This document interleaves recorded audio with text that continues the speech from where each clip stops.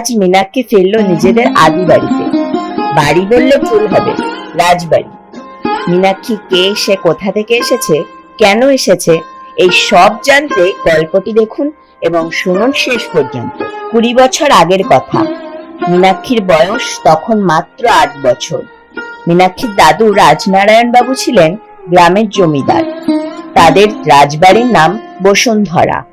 রাজনারায়ণ বাবুর 2 ছেলে, কৃষ্ণমিত্র বাবু ও বরুণ কুমার বাবু।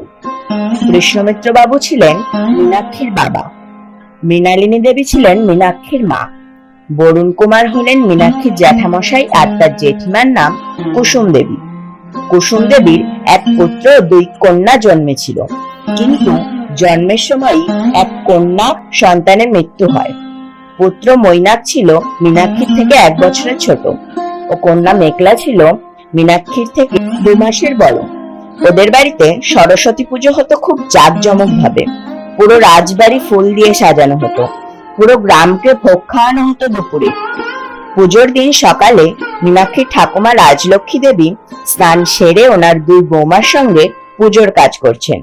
মীনাক্ষী, মৈনাক, মেঘলা স্নান করে শাড়ি পাঞ্জাবি পরে রেডি।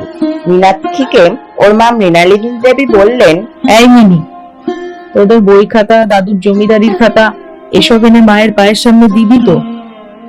যা তাড়াতাড়ি নিয়ে আয়। মীনাক্ষী, মেঘলা, মৈনাক ওরা প্রায় সমবয়সী হওয়ায় ওদের মধ্যে খুব ভাব। সবসময় ওরা একই সঙ্গে থাকে।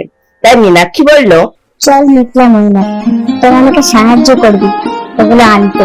তারা প্রথমে তাদের বই খাতা ও পরে দাদুর জমিদারি খাতা আনতে যায় জমিদারি যেখানে সব রাখা সেখানে। ঘরটা অনেকটা অগোছালো, কিন্তু মীনাক্ষী জানে খাতাটা কোনটা। অনেক খোঁজার পর সে দেখতে পেল বইয়ের ঢিবির ওপর অনেক ওপরে খাতাটা নামাতে গিয়ে পড়ে যায় সবকিছু। 3 জনে মিলে ভয়ে ভয়ে সেগুলি তুলতে থাকে। তুলতে গিয়ে মীনাক্ষী একটি কাগজ পায়। সে পড়তে চেষ্টা করে। সে যা চেষ্টা করে পড়ল তা ঠিক এই রকম।